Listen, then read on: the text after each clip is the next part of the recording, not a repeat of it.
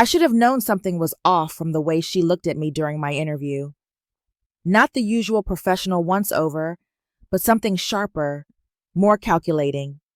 Winslet Montgomery, VP of Marketing, with her perfectly tailored blazers and that honey blonde hair always swept into an effortless chignon, had extended her hand with a smile that didn't quite reach her eyes.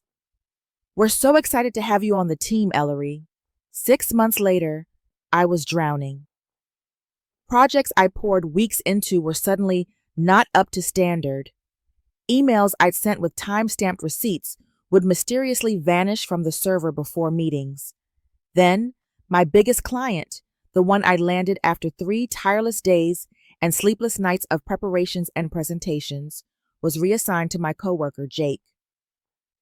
"Winslet's orders," he'd said with an apologetic shrug. Then, one night, I found the photo. I was at Orson's apartment, half asleep on his couch while he cooked dinner, scrolling through his Instagram to pass the time. His account was private, but I'd been following him for years, long before we started dating. I tapped on his tagged photos absent-mindedly, and there it was, Orson, younger, tanned, his arms slung around a familiar blonde in a sundress. Winslet. I confronted Orson that night, my voice shaking. He dropped the wooden spoon he'd been stirring the pasta with, and it clattered against the stove. "That was years ago," he said, running a hand through his dark curls. "We dated for like 5 months. It wasn't serious. It didn't go anywhere." "Did you know she was my boss?" "Not at first," he admitted, avoiding my eyes. "But when you told me her name, I didn't want to freak you out. It was forever ago." The pieces clicked together with sickening clarity. The misplaced reports, the way Winslet would linger outside my cubicle, her perfume, something expensive and floral, hanging in the air like a threat. The performance review where she'd sighed and said, "I just expected more from you." I started digging. Jake, who'd always been friendly, let slip over drinks that Winslet had specifically asked him to keep an eye on my work. "She said you were green," he admitted, wincing. I didn't realize she meant it like that. HR was no help. When I brought up the inconsistencies, the missing files, the sudden demotion from lead projects, they nodded sympathetically and said, "Winslet's evaluations are always thorough. Maybe it's a communication issue?" The final blow came when I was passed over for the promotion I'd been promised, the one Winslet had personally assured me was mine if I kept up the good work.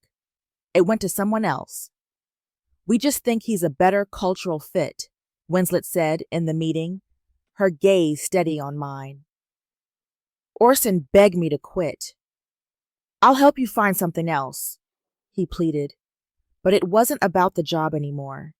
It was about the fact that every time I walked into that office, I was fighting a war I hadn't even known existed. Winslet never slipped, never raised her voice. Just the occasional, "Oh, Ellery, you might want to double-check those numbers in front of the team," or the "let's circle back on that," when I presented ideas she'd already approved in private. I lasted 3 more months before I cracked. At the holiday party, wine-loosened and furious, I cornered her near the coat check. "Has it been worth it?" I hissed. "Trying to ruin my career because you're still hung up on a guy who forgot your anniversary? Who celebrates 5-month anniversaries anyway?" I laughed. For the first time, her mask slipped. "You have no idea what you're talking about," she whispered, but her knuckles were white around her champagne flute. I quit the next day. Orson and I didn't survive it. The guilt ate at him, the way he'd known and stayed quiet, the way he'd let me walk into that office every day, oblivious. We fought, a lot.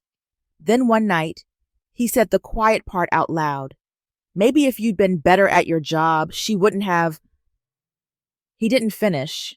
He didn't have to. "Winslet, she's still there," Still perfect, still untouchable. Last I heard, she's dating the CEO's nephew. As for me, I'm at a smaller firm now. My new boss thinks I'm remarkably resilient. I don't tell him why. So tell me, when someone holds the keys to your future and a grudge from your past, how do you fight back without becoming the villain in someone else's story?